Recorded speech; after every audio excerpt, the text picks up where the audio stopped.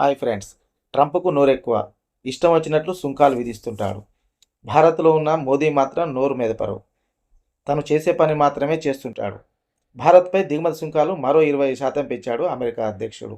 ఇంతకుముందు 25% పెంచాడు. ఇప్పుడు మళ్ళొక 25%. మొత్తానికి 50%కి తీసుకొచ్చాడు ట్రంప్.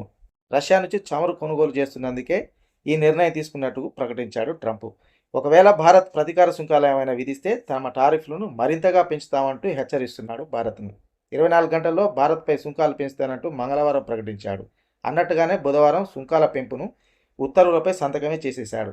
ఈ ఉత్తర్వులు ఈ నెల 27వ తేదీ నుంచి అమల్లోకి రానున్నాయి. భారత్ రష్యా దగ్గర నుంచి చమురు కొనుగోలు చేస్తూ దానికి తగ్గట్టుగా మనం నిధులు సమకూరుస్తుంటే ఆ నిధులతోటే రష్యా ఉక్రెయిన్పై యుద్ధం చేస్తుందని ట్రంప్ ఆరోపణ. అయితే ఈ క్రమంలోనే జూలై 30వ తారీఖున భారతదేశంపై 25% సుంకాలను విధించాడు. అవి ఈ రోజు నుంచి అంటే ఆగస్టు 7వ తేదీ నుంచి అమల్లోకి వచ్చాయి. రష్యా కొనుగోళ్లపై భారత్ అసలు వెనక్కి తగ్గట్లేదు. దీంతో రష్యాతో యూరోపియన్ యూనియన్ అదేవిధంగా అమెరికా కూడా వాణిజ్యం జరుపుతుంది. ఈ విషయాన్ని భారత్ ఎత్తి చూపింది. దీంతో చిరెత్తినటువంటి ట్రంప్ మరొక 25% అంటే మొత్తం 50%కి సుంకాలు విధించాడు. ట్రంప్ మాట్లాడుతూ రష్యా ఉక్రెయిన్ మధ్య యుద్ధాన్ని ఆపడానికి గట్టిగా ప్రయత్నిస్తున్నామని, ఇప్పటికే గత 5 నెలల్లో భారత్ పాక్ యుద్ధం సహా 5 యుద్ధాలను ఆపానని, ఇది 6వదవుతుంది అని, దీన్ని కూడా ఆపుతానని అన్నారు.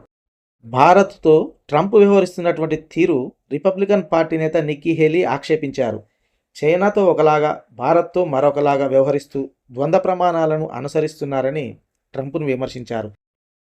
నిక్కీ హేలీ మాట్లాడుతూ రష్యా నుంచి భారత్ చమురును కొనుగోలు చేయవద్దు, కానీ ప్రత్యర్థి దేశం చైనా కొనుగోలు చేయవచ్చా? రష్యా ఇరాన్ల నుంచి అత్యధికంగా చమురును కొంటున్నది చైనానే.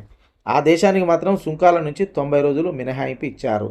భారత్ వంటి బలమైన మిత్రదేశంతో సంబంధాలను చెడగొట్టుకోవద్దని నిక్కీ హేలీ అన్నారు.